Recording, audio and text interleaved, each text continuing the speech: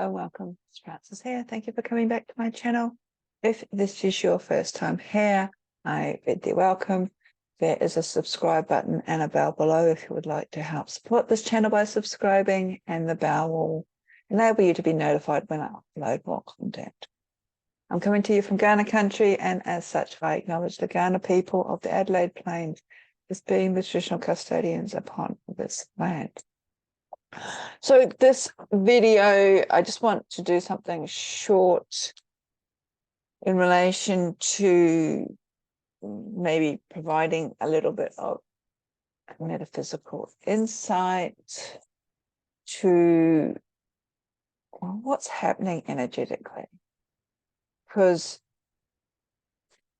I don't know about yourselves, but certainly I have becoming increasingly aware that we are in a state of change globally, even personally. In fact, the state of change has been happening for a number of years, to be perfectly honest, but it seems to be reaching to a point where it's more readily noticeable outside in the greater concept of things. And as such, it is now what's happening outside, what's happening externally, is really affecting us internally. Unless, as far as I'm concerned, I'm quite sure I'm not the only one as well. And this is because we are so connected with our external world. Maybe I need to sort of elaborate that a little bit more. It's like all around us, and this is something that I recall even back in the 90s when I was understanding esoteric numerology. My numerological teacher was talking about was the breaking down of the old world order. Now, back then, I didn't know what she was really talking about. This day, I still sort of like, sounds a little bit sort of left field for me when we talk about creating a new world. But if we actually look beyond the labels to what is actually happening or has been happening the last 5 or so years as well, the world that we know has definitely fractured. It's almost like these huge divisions being driven. Some of them say conspiracy theories, but some of these divisions have been, appear to be sort of motivated by people with alternative motives. And that's right across the board. That's government, that's individuals who are set to profit. So it's not just conspiracy theorists, but it's like everybody. It's almost getting to a stage now where you're trying to ascertain what is truth, but there's so much distruth out there, or untruths, mistruths. There's so many, the truth is becoming, I'm looking at my bad hair days. The truth, the ultimate truth is really hard to find. We seem to be going around and around in circles as to which camp we follow. And each has, or tends to has, their sort of problems, their issues, their propaganda, so to speak. So, and I think this is happening because this old way of doing things that previous generations, up until basically, I'd say 7, 10 years ago, could be even 20 years ago, so used of doing things a certain way. It's got to a point now where change is happening, and it's happening really quickly. As the old systems sort of break down, as veils have dropped so we can actually see the truth, or we're seeing the direct impact of our actions, and we're not seeing it as immediate consequence. We're seeing it also building up after a couple of generations, like the sort of like the artificially enhanced food, how that is actually happening or affecting generations down the track after a couple of generations, how that's children are being born or diagnosed with health dietary issues, which I suppose in my uneducated mind could stem, even though there's no proof, to our diet, to our food, to what's in our food, to how our food is made, to the environment, the pollution in our environment, that is right down to the microscopic level. And we've had a few shows, I don't know where you are in the world if you're watching this, especially here in Australia, we've had a few shows of called The War on Waste, where the host, I think in the last series, was talking about microplastics and how they are now in us due to food that we eat, due to the fact that a lot of these plastics have broken down to an extent that they are being consumed by animals, coming into our waterways, and therefore it comes into our plants when we water our gardens or grow our crops, and then we are consuming them. So we've got that cycle. We've also got and everything seems to be a double-edged sword. We've got the use of pesticides. We sort of need them in one extent to provide the food to feed the masses. Yet we're seeing long-term harm of them. We are also geared up due to advertising, big corporations, of viewing food to appear in a certain way that organic farmers are finding it. We're having to almost reprogram us as to what certain vegetables or fruit actually looks like in its natural growing conditions. And this is one thing that you can really notice. So if you're coming from, say, a Western country where we're used to our chickens, big fat fill of grain, and often this grain is enhanced with additives, whatever, to sort of build up the meat. It's full of hormones. And then you go to out in the country to, say, or even say a country, for my example, like Bali, where you see their chickens, it could be a completely breed of chickens, but to have chicken in, say, a country like Bali, by comparison to having chicken, say, in Australia, it's completely different. The taste is completely different, and that's got nothing to do with the herbs and whatever being used and how it's cooked, but the size, the taste of the meat.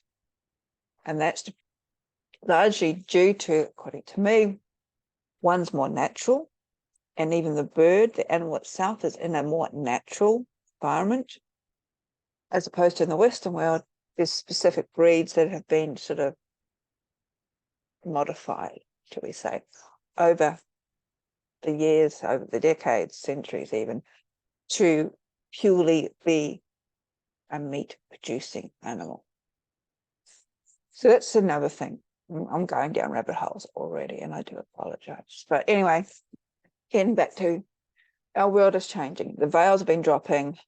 What we have been so used of normality is making us doubt things.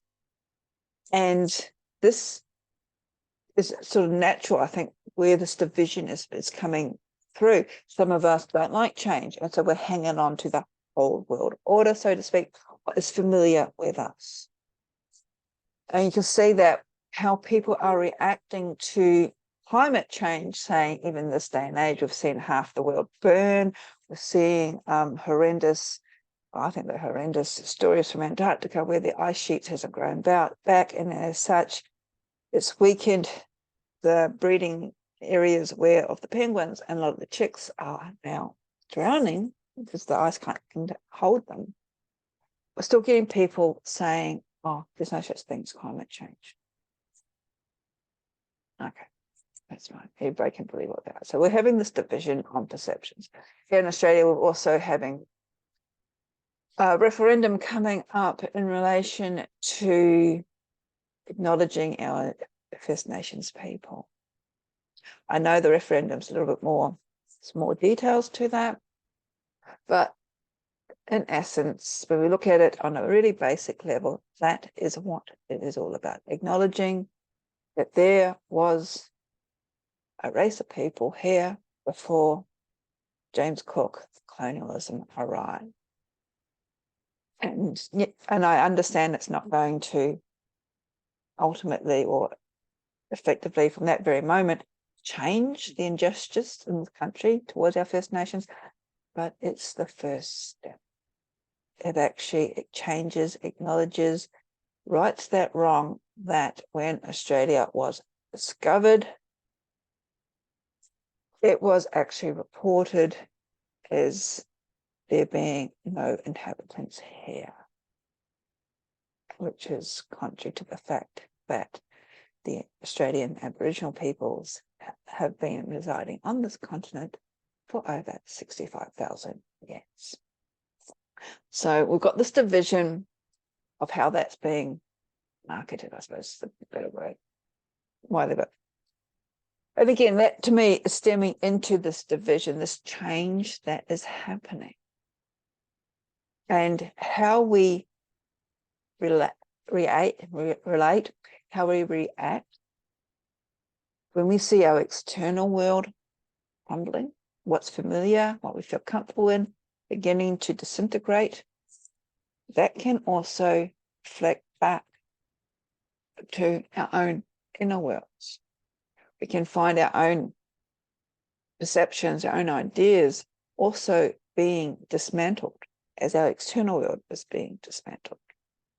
And as such, this could also highlight fears, phobias, anxiety, feelings of overwhelmed because we don't know where to go, or also what is down the track. And I think some of this external fear from the collective is also the fear of the unknown, because we have been conditioned, we have been encouraged to fear the unknown for many centuries, millennia, a long time, instead of approaching it with awe, wonder, and excitement. We are so used to our little boxes. So we need to realize that we are all in this process of change. In fact, the only constant is change. We need to watch our habits. We need to watch our patterns, especially if it's heightening our anxiety, start feeling overwhelmed. And we need to find more ways then when we experience these things of how to sort of regulate our own selves. And that could be simply as turning off social media or limiting our access to social media. It could also come back to the body, breathing, fourfold breath. Just inhaling and exhaling before we react. It could also mean allowing the natural shed of the unwanted. And I said changing our perception as to the new that is coming through. It could also mean sort of reestablishing sort of a grounding point in our lives, which is Earth, where we are. Going for a walk, being out in nature, going to the beach.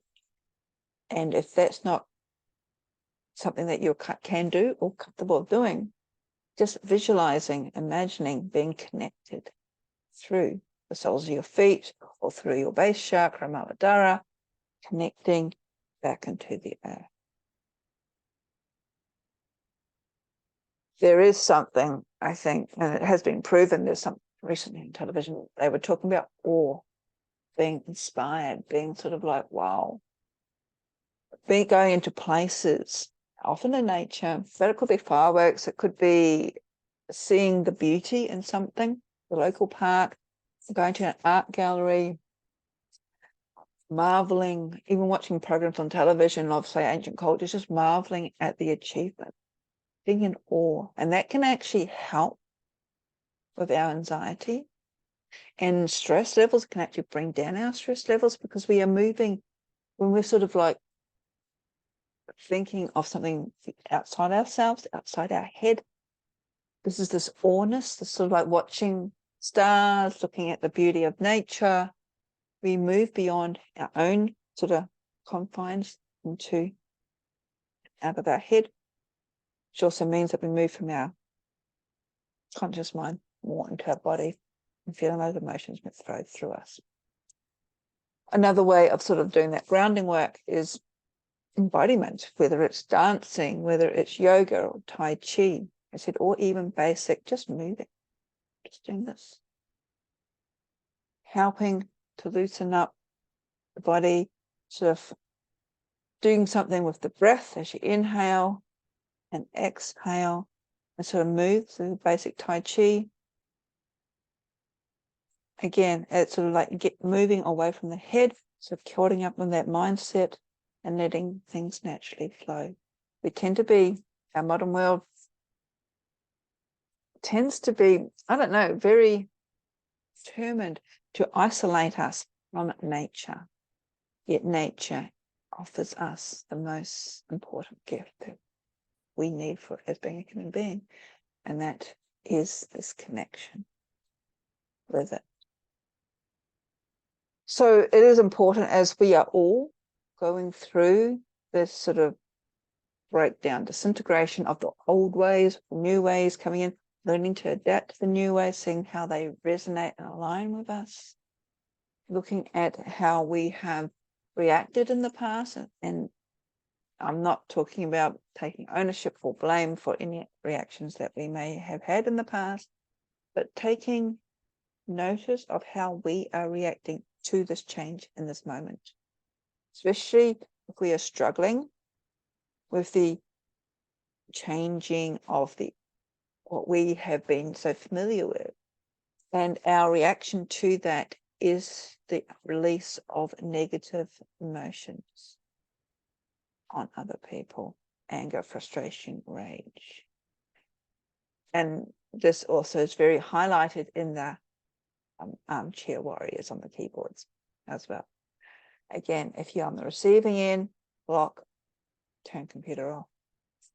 Don't engage. You don't need to. You need to sort of look after your own energetics, your own energy first, because we are all, as a collective, all going through the same thing. It's just how we are reacting to it, as to how open and how susceptible, how fluid we are with this change.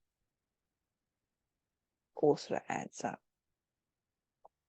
Something else too, and this is sort of, I personally think this has happened with the great conjunction between Jupiter and Saturn that happened just before COVID, December, yeah, which sort of then highlighted a couple of years of sort of like shadow work, integrated work, where we're in lockdown.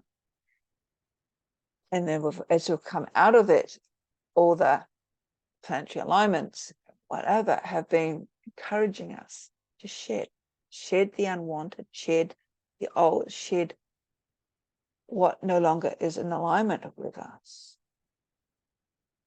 And added to this, it's like the energetics too are speeding up. It's because this change is peaking. And it's something that we can't avoid. It's going to take us all. We are all going to change. But how we react to the changes is what we can control.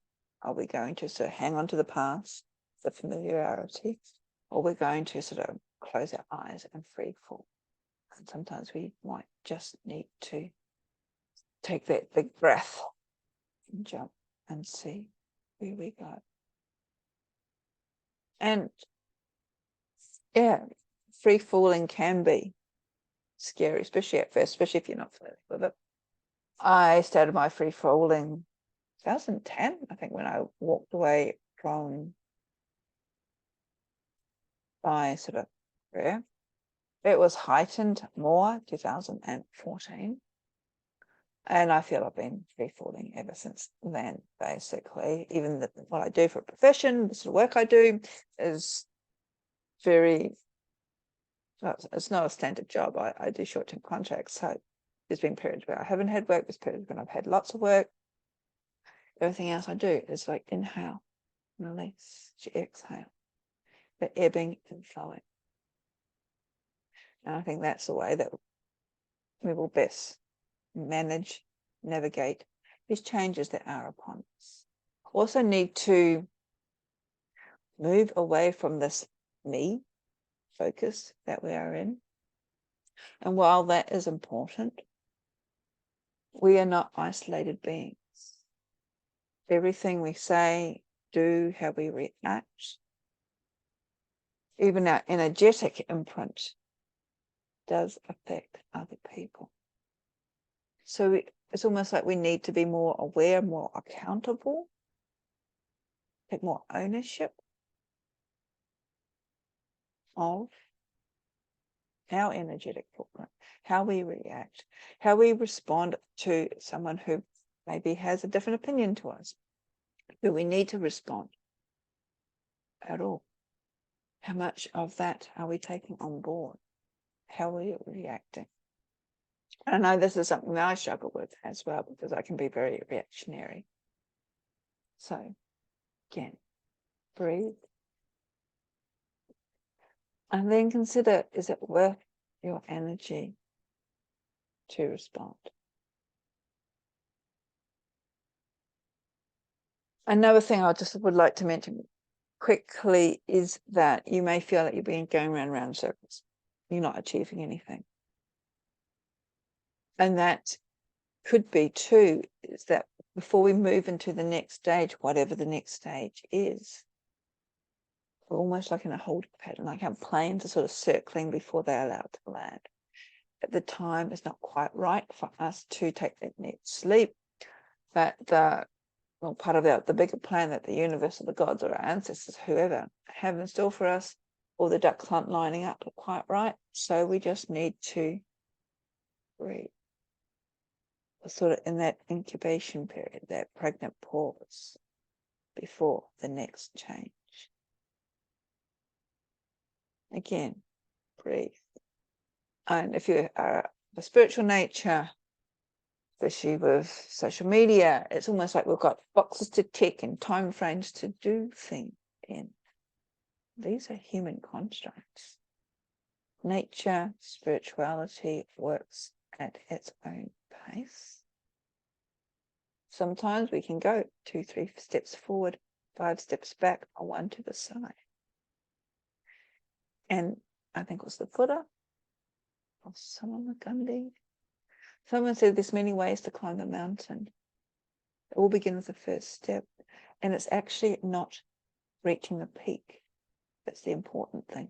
It's the journey, it's the process that you actually undertake and what you learn on the way. So everybody sort of processes, advances on their own spiritual path at their own rate.